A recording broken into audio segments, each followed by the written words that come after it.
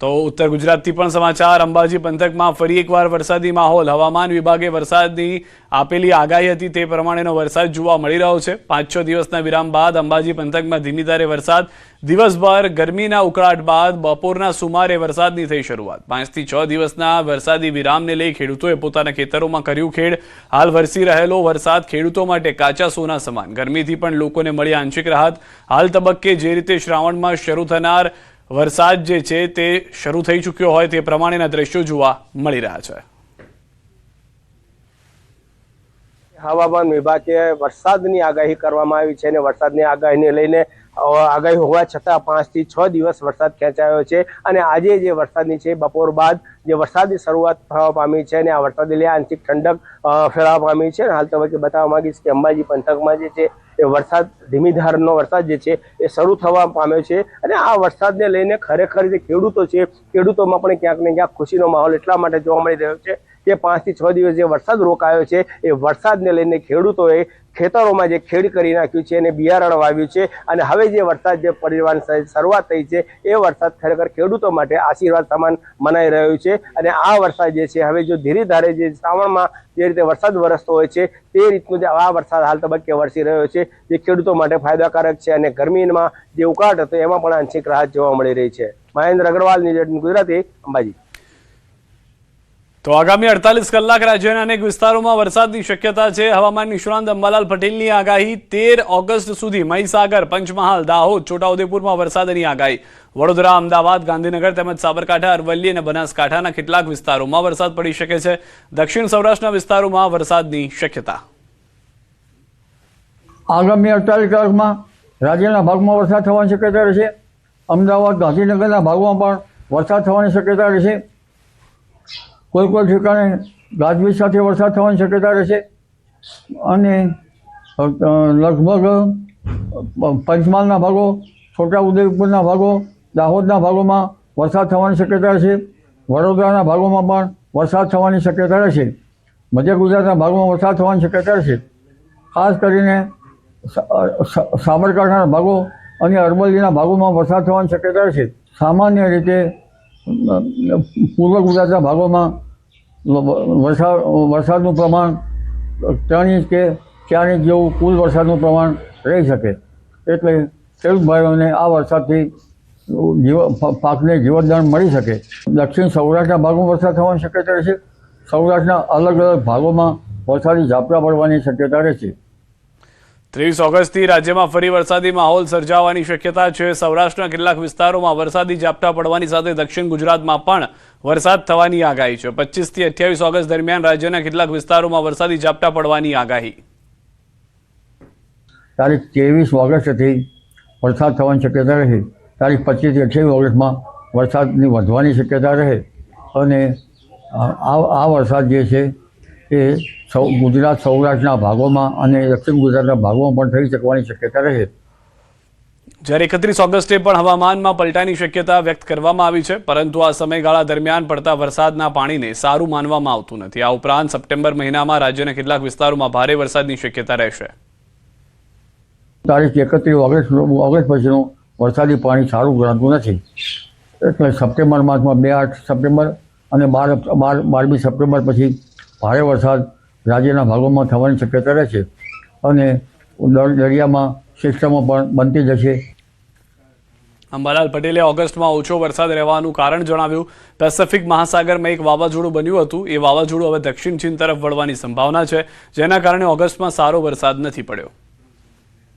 વરસાદ ઓગસ્ટમાં ઓછો થવાનું કારણ પેસિફિક મહાસાગરમાં એક જબરજસ્ત વાવાઝોડું બન્યું હતું એ વાવાઝોડું હવે દક્ષિણ ચીન તરફ જશે અને ત્યાંના કારણે બંગાળ ઉપસાગરમાં ફરી પાછી સિસ્ટમ બનવાની શક્યતા રહેશે કારણ કે આ વાવાઝોડું અરબ સાગરનો ભેજ અને બંગાળ ઉપસાગરનો ભેજ ખેંચી જતું હતું એટલે ઓગસ્ટમાં હમણાં લગભગ સારો વરસાદ થવામાં મોટો અંતરાય ઊભો કર્યો હતો। આ તરફ ગુજરાતમાં ચાલુ ખરીફ સિઝન 2024 દરમિયાન વાવેતરની કામગીરી પૂર્ણતા તરફ આગળ વધી રહી છે. રાજ્યના સામાન્ય સરેરાશ વાવેતર વિસ્તારની સામે અત્યાર સુધીમાં 72.47 લાખ હેક્ટર એટલે કે આશરે 85% વિસ્તારમાં વાવેતર સંપન્ન થઈ ચૂક્યું છે, જેમાં ગુજરાતના કૃષિ અર્થતંત્રમાં મહત્વનો ભાગ ભજવતા કપાસ અને મગફળીનું કુલ વાવેતરમાં 57%થી વધુ યોગદાન રહ્યું છે. રાજ્યમાં દર વર્ષની જેમ ચાલુ વર્ષે પણ કપાસ અને મગફળી ખેડૂતોની પહેલી પસંદ રહ્યા છે.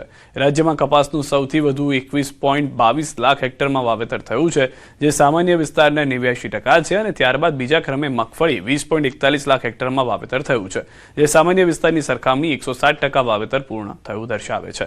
સામાન્ય વાવેતર વિસ્તારની સરખામણીએ અન્ય પાકોમાં મકાઈનું 2.68 લાખ હેક્ટરમાં, તુવેરનું 2.38 લાખ હેક્ટરમાં, ડાંગરનું 7.61 લાખ હેક્ટરમાં, બાજરીનું 1.51 લાખ હેક્ટરમાં અને શાકભાજીનું 2.17 લાખ હેક્ટરમાં વાવેતર થઈ ચૂક્યું છે. રાજ્યમાં ધાન્ય પાકોનું કુલ 11.99 લાખ હેક્ટર એટલે કે સામાન્ય વાવેતરની સરખામણીએ 87% વાવેતર નોંધાયું છે. મહેસાણાથી સમાચાર. સતલાસણાના ભીમપુર પાટિયા પાસે માર્ગ અકસ્માત સર્જાયો છે. સ્કોર્પિયો ગાડીની ટક્કરથી એક્ટિવા ચાલકનું કમકમાટી ભર્યું મોત નીપજ્યું છે. અકસ્માતમાં મહેશભાઈ પટેલ નામના વ્યક્તિનું કરુણ મોત નીપજ્યું છે. પોલીસે અકસ્માત સર્જનાર સ્કોર્પિયો ચાલક વિરુદ્ધ ગુનો નોંધ્યો છે. સતલાસણા પોલીસે સમગ્ર મામલે વધુ તપાસ હાથ ધરી છે.